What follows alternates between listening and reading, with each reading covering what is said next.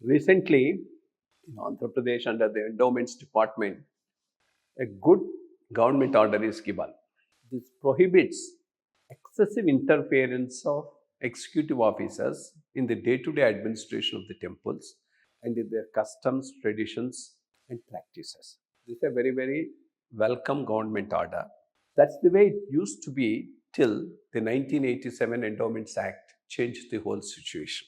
Right from the beginning, most of our temples are community owned, community managed, community administered.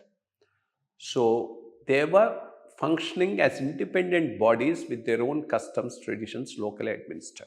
And then you have a lot of Agama Shastra, which broadly guides the running of the temple. And there are different Agamas for different sects, because after all, Hinduism is known for its diversity and plurality. Even within the Vaikhanasa tradition is one, Sakya is another, Shaiva is another temple, and then lots of these village deities and their own traditions.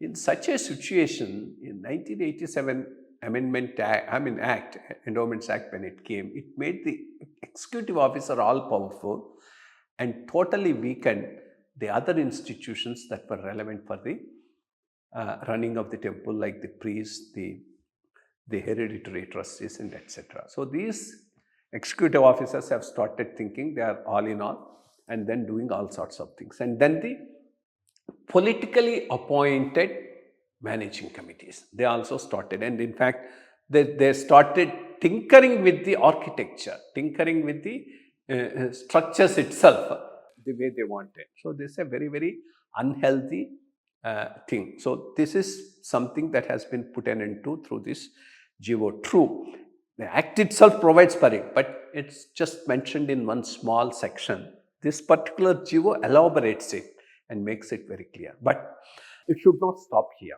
because even the local priest may not really know the traditions fully. And if he does something wrong, who has to stop him? Who has to guide him? Who has to correct him? The right thing would be for a Agama Parishat to be established, which is a non-political body at the endowments department level, drawing people from different main Agamas of the state. Then whatever is the concerned temple under which Agama it runs, if there is any issue, this Agama board should be in a position to sort it out.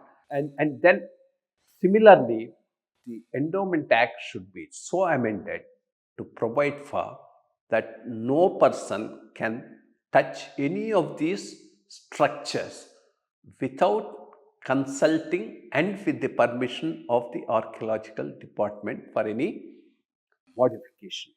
Unless the act is amended like that, most of these trustees have politically appointed trustees think too much of themselves and try to tinker with the existing structures. This is another thing that needs to be done, and that needs to be done in terms of establishing a Agama Parishat as a follow-up to the autonomy that has been given to temples in Andhra Pradesh for running the day-to-day rituals as per the local tradition and custom. Thank you.